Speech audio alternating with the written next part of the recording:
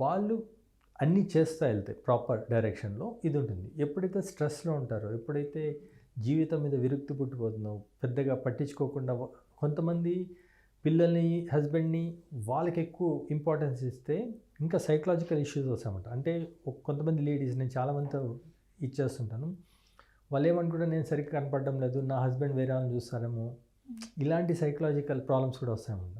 So కాబట్టి ఏ age ఉన్నా కూడా ఫస్ట్ వచ్చి మనల్ని మనం లవ్ చేసుకోవాలి. వెదర్ అమ్మాయి ఉండొచ్చు, మగవాడు ఉండొచ్చు, లేడీస్ ఉండొచ్చు. వీళ్ళిద్దరూ ఎప్పుడైతే మనల్ని మనం ఇంపార్టెన్స్ ఇస్తామో, మన హెల్త్కి ఇంపార్టెన్స్ ఇస్తామో, అప్పుడు అన్నీ అవుతాయి.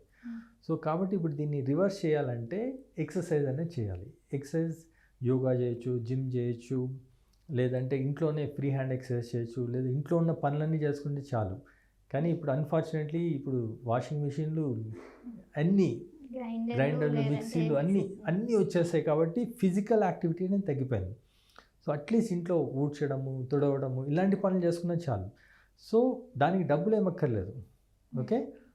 సో ఇప్పుడు ఏదో ఒకటి చేసి ఫిజికల్ యాక్టివిటీ అనేది చేయాలి. ఇంట్లో పని చేస్తారా, జిమ్కి వెళ్తారా, యోగాకి వెళ్తారా, ఏదో ఒకటి చేసి ఫిజికల్ యాక్టివిటీ చేయాలి.